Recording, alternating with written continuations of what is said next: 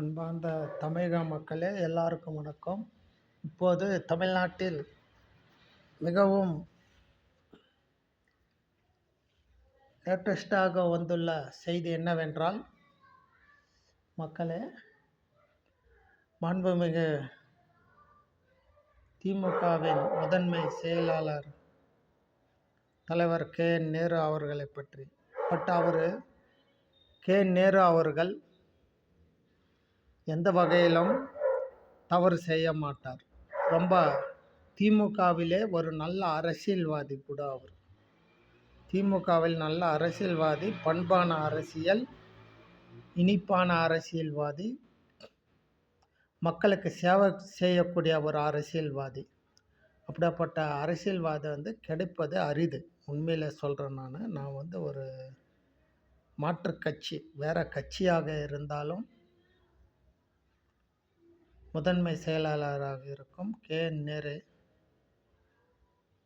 பாராட்டுக்குரிய ஒரு தலைவர். உண்மையில் எத்தனோ விமர்சனங்கள் வருது அவர் மேலே. ஆனால் ஒருத்தர் கஷ்டப்பட்டு முன்னேறினா அதுக்கும் விமர்சனம் பண்ணுவாங்க, கஷ்டப்படாமல் முன்னேறினா அதுக்கும் விமர்சனம் பண்ணுவாங்க. ஒரு கடினமான உழைப்பாளி, கஷ்டப்பட்டு முன்னேறக்கூடிய திறமை உள்ள, மக்களுக்கு நல்லது செய்து முன்னேறக்கூடிய தலைவர் அவர்.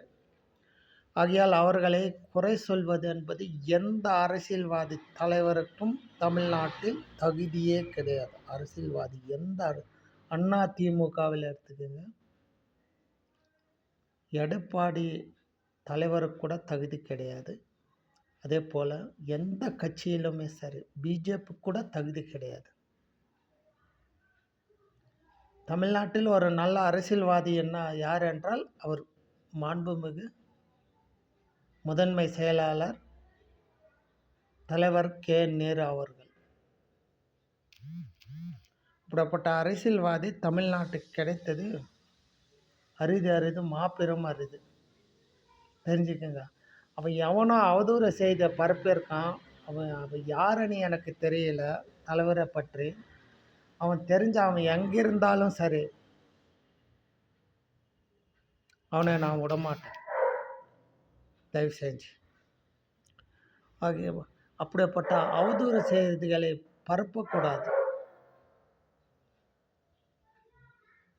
அவர் மிகவும் மென்மையான தன்மையான ஒரு லீடர். இந்த வீடியோ கண்டிப்பாக எல்லாரும் பாருங்கள், எல்லாருமே சப்ஸ்கிரைப் பண்ணுங்கள், எல்லாருக்கும் லைக் பண்ணுங்கள், ஷேர் பண்ணுங்கள். எல்லாருக்கும் திமுகவிலே இது போல் ஒரு லீடர் கிடையாது. நான் வேலூர் டிஸ்ட்ரிக்ட் சேர்ந்தவன். வேலூர் டிஸ்ட்ரிக்டில் கூட இது போல் ஒரு லீடர் கிடையாது. உண்மையை சொல்ல போனால் தலைவர் பல்லாண்டு வாழ்க, பல்லாண்டு வாழ்க என்று வாழ்த்து அவரை வணங்கி இந்த வீடியோவித்துடன் நான் நிறுத்திக்கொள்கிறேன். அந்த அவதூறு செய்தியை அவர் அத்தனை பேருக்கு எப்படிங்க சொல்கிற நம்புகிற மாதிரி இருக்கணும்?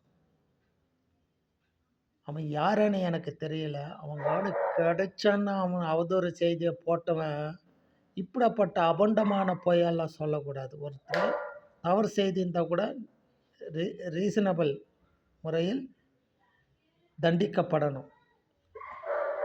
சும்மா ஏதாவது ஒரு பொய் குற்றச்சாட்டுகளை கூறி மக்களை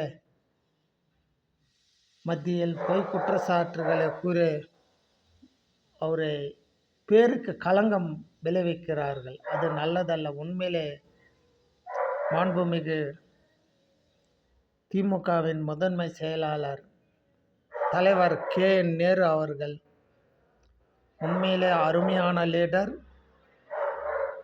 மிகவும் இனிப்பான லீடர், மக்கள் குறைகளை மிக விரைவில் தீர்த்து வைப்பவர்.